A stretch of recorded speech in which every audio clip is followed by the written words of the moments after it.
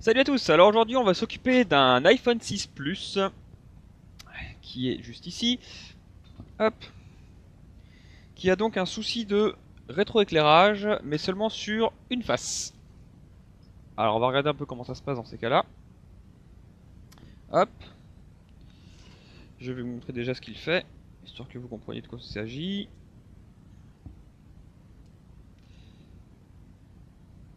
On va brancher l'écran, voilà, la batterie, et je vais vous montrer ça. Voilà, donc là on le voit bien ici, il est très sombre de toute cette partie-là, là. Donc là, il y a bien un souci de rétroéclairage, hein, voilà. Il n'est pas complet, mais il y a un souci, voilà. Donc il y a une ligne qui est claquée, on va essayer de regarder ça. Hop. Alors je vais démonter la carte mère et puis c'est parti, on se rejoint après.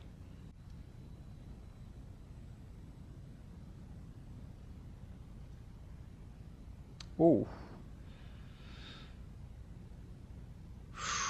Wow. Ah ouais, pas mal celle-là. On a une vis, on a un trou de vis. Ouh, c'est pas beau. Et à deux endroits. Oh putain, les gars, sérieusement, quoi. Alors voilà, ça c'est ce qui se passe quand un,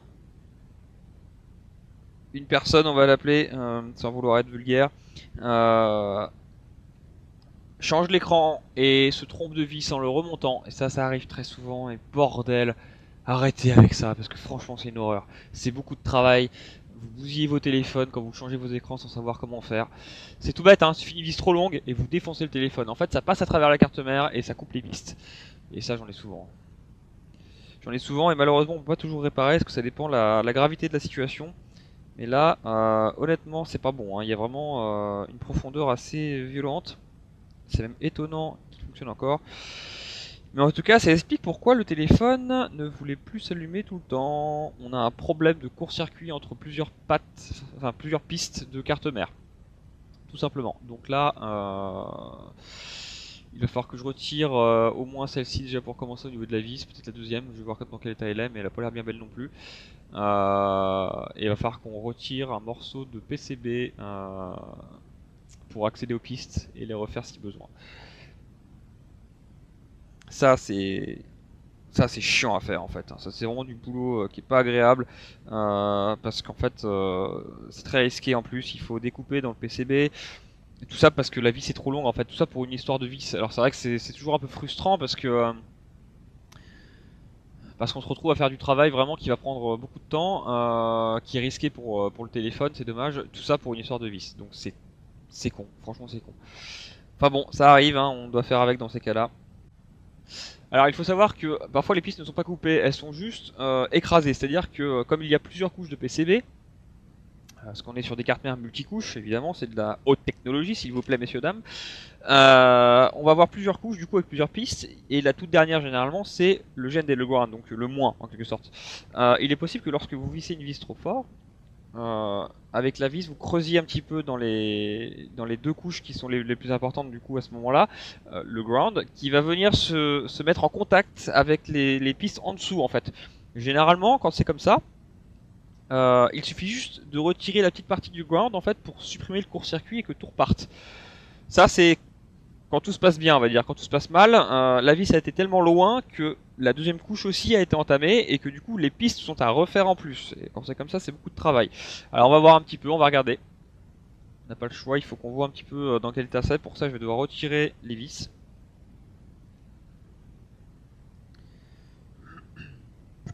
Le pire dans l'histoire, c'est qu'il me semble que le client m'a expliqué que l'écran avait été changé chez un professionnel.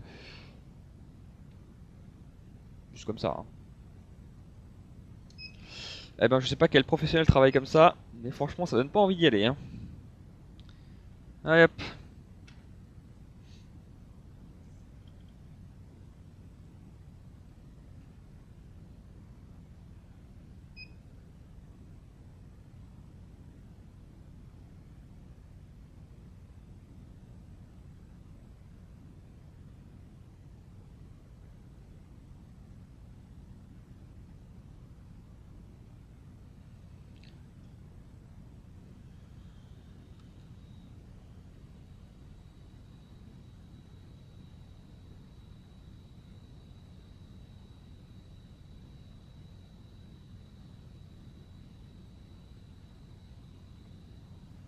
Et de 1.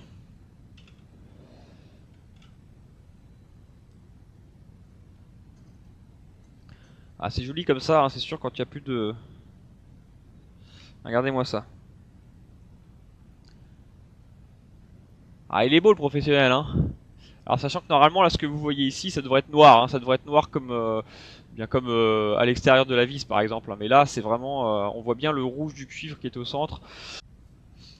Alors... Voilà, là au moins ça va attaquer un peu plus. Alors là, il faut faire très attention quand on découpe. De ne pas aller trop loin.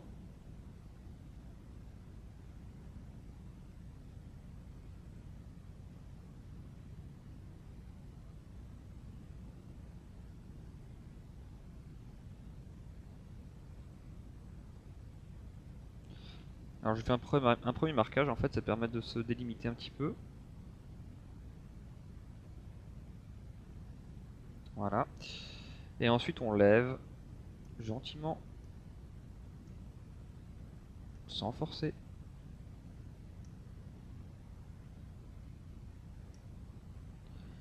Le PCB.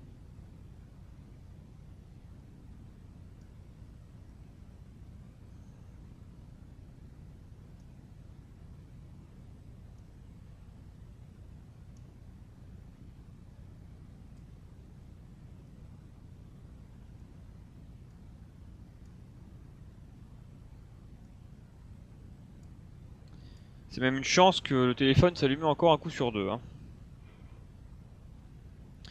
Vu l'état, il aurait dû ne plus s'allumer du tout.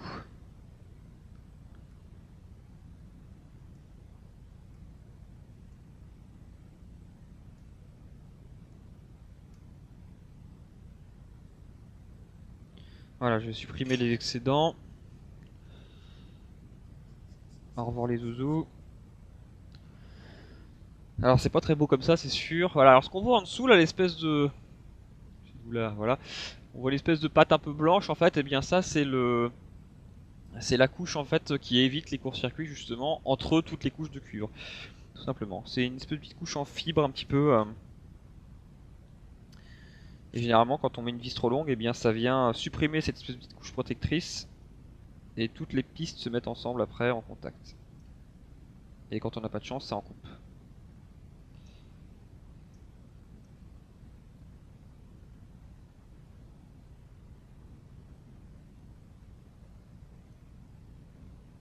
Alors c'est du travail vraiment, il faut être minutieux, hein. Il ne faut pas trop forcer, pas faire trop de dégâts. Parce que en dessous évidemment on a plein de petites pistes importantes. Donc il faut prendre son temps. Voilà. Je viens de supprimer une bonne partie. Voilà, du ground. Voilà, donc voilà, on se retrouve avec donc la première couche supprimée en quelque sorte, donc le ground. On va regarder un petit peu l'état. Alors vous allez peut-être pas bien voir, j'essaie de zoomer mieux si besoin après, puis d'éclairer mieux.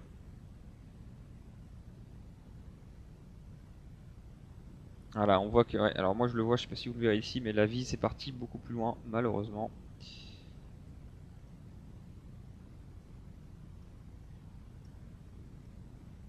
Bon.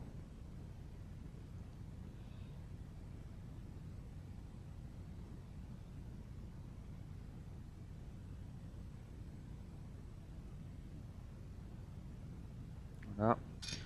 Là j'ai pris un petit peu de... Je vais essayer de vous donner plus de lumière sur la vidéo, parce que c'est pas évident, on voit pas très bien. Voilà, parfait. Donc maintenant que j'ai retiré la première partie, que j'ai vérifié et que ça ne fonctionne toujours pas, malheureusement, je vais devoir continuer. Oui.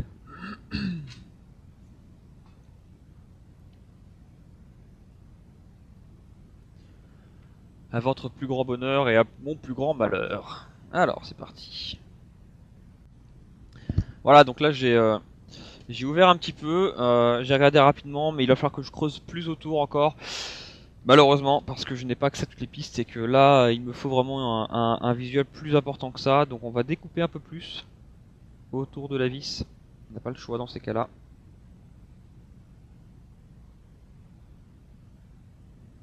Alors dans ce cas, il faut faire un beau petit carré.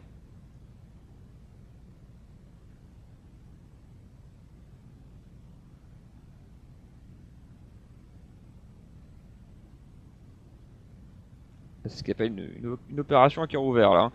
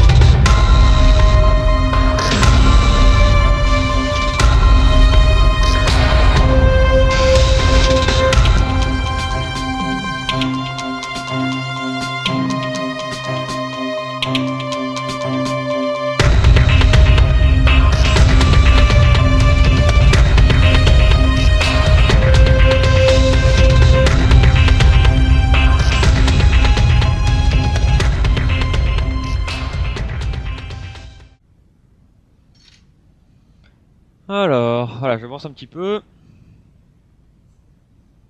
On commence à entrevoir un petit peu les pistes. J'ai l'impression d'être un archéologue qui retrouve les ossements d'un mammouth.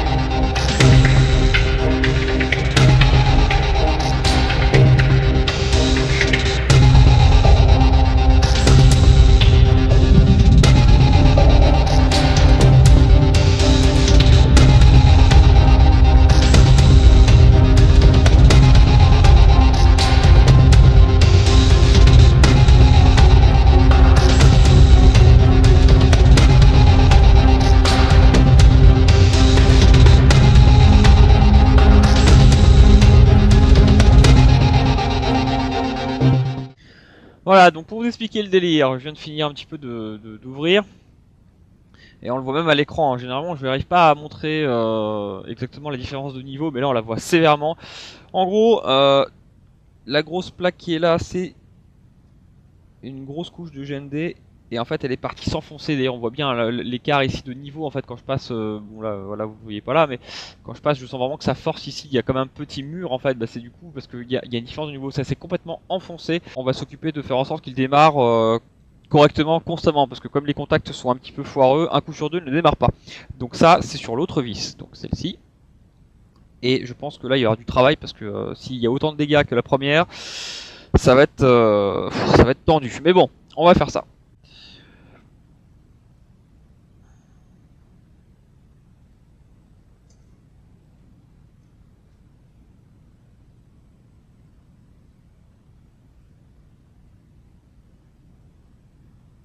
Flux, c'est toujours bon à prendre.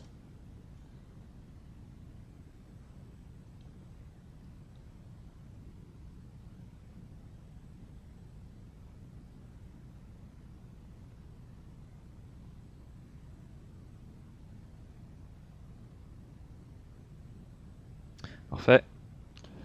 C'est parti.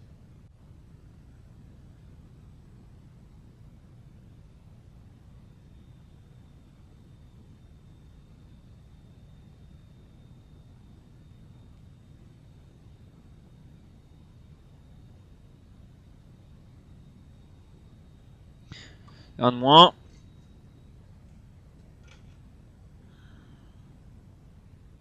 Alors voyons voir, qu'est-ce qu'il nous dit de beau lui. Ah pareil, il a été pas mal pas mal abîmé. Donc ça va être le même principe, on va devoir découper autour.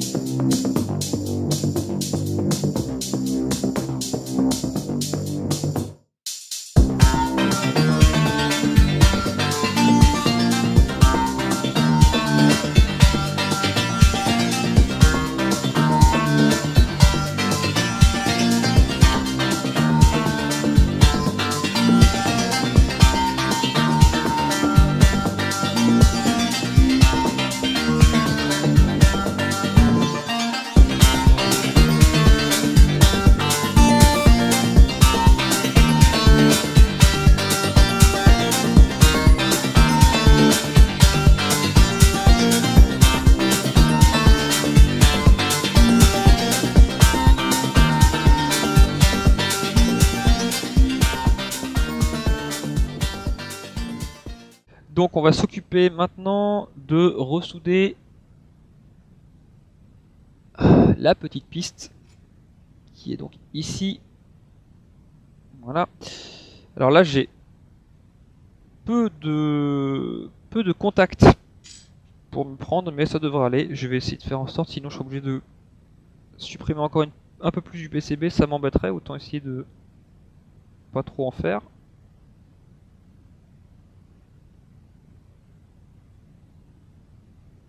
Voilà, j'ai éclairci un peu le cuivre.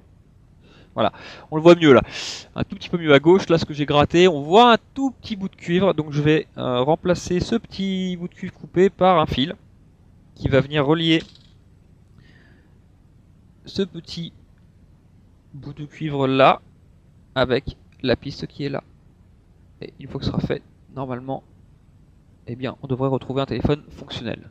Ou alors, à moins qu'il y ait d'autres dégâts sur la première vis. Mais en tout cas, celle-ci, normalement, sera fixée, ce sera bon.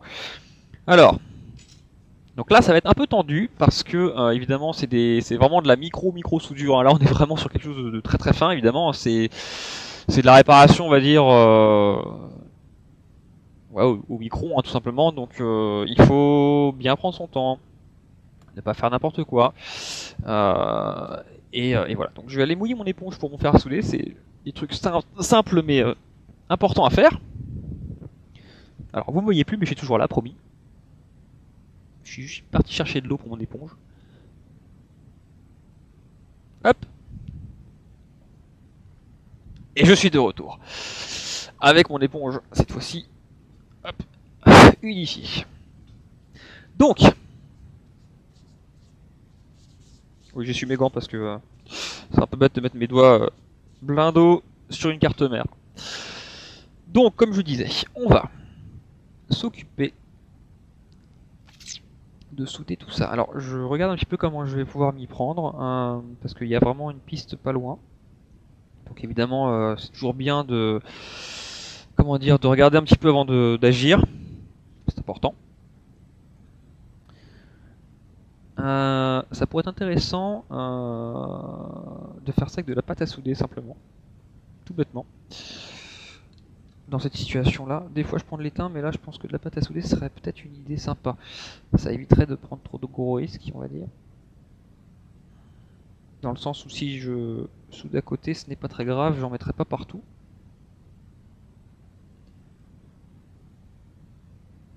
Un peu plus quand même, hein, ça peut être bien. Voilà. Je pense que là, avec ce que j'ai là, ça devrait être pas mal.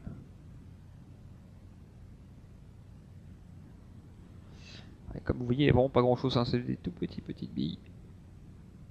Voilà, déjà je vais. On voit pas grand chose à l'écran, je suis désolé, j'essaye de faire mieux, mais plus on zoome fort et forcément plus on perd en luminosité. Là je peux pas y faire grand chose. Voilà, alors. On va donc appliquer de l'étain sur la piste. C'est déjà la bonne chose à faire.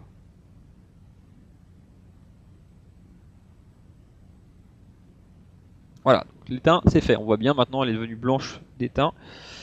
Je vais en profiter pour faire pareil sur la première, en tout cas commencer.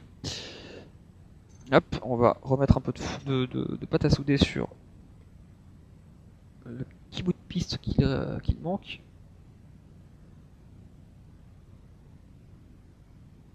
Si, des billes de plomb, ok, évidemment.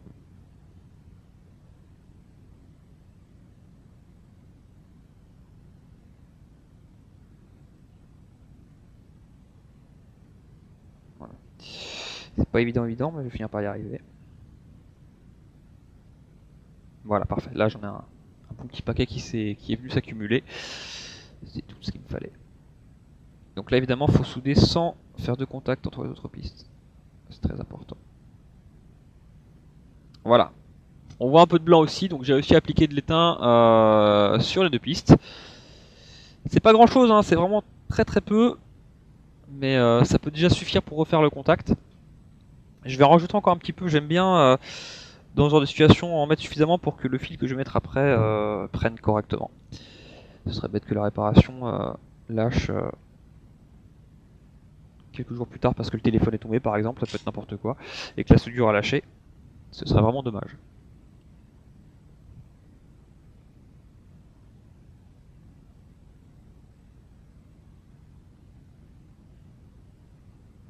Parfait. Voilà, donc là j'ai bien appliqué suffisamment d'étain, comme j'aime, sur la piste.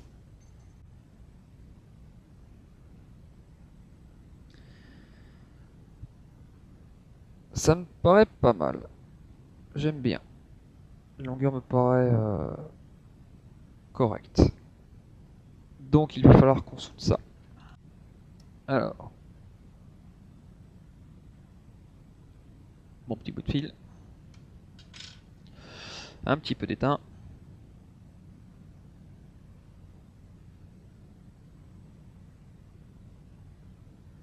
Bout de fil éteint, éteint bout de fil, et on fait les présentations.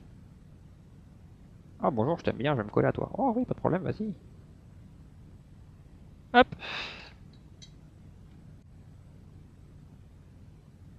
Alors maintenant qu'on a mis assez d'étain théoriquement sur tout le monde, je pense qu'il pourrait être intéressant d'essayer de ressouder ça avec fer à souder CMS. On va tenter. Avec un petit peu de flux bien sûr.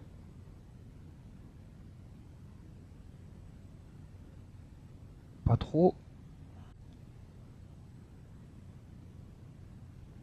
Et c'est parti.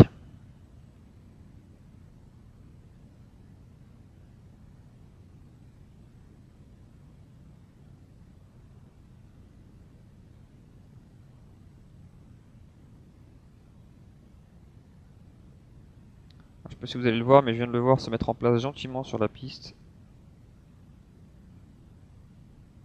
En tout cas sur la première, il faudrait qu'il arrive à faire la deuxième maintenant.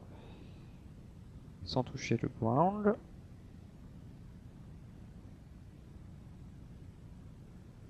Voilà, ça me paraît correct. Alors, je vais essayer de vous faire un petit zoom après pour que vous voyez mieux ce que j'ai fait. C'est pas toujours évident. Voilà, donc là, voilà, on voit, j'ai de nouveau une piste qui est acceptable au niveau de la carte mère. Donc on va essayer de redémarrer le téléphone comme ça et voir si le backlight est revenu. Hop, je prends l'écran.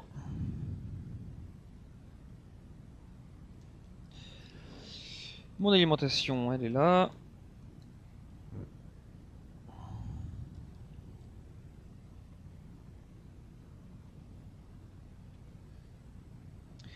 Et si j'appuie plus longtemps sur le bouton, ça peut être bien. Et Miracle. Regardez-moi ça, ce bel écran tout blanc, tout nickel. Ça repart comme un 40.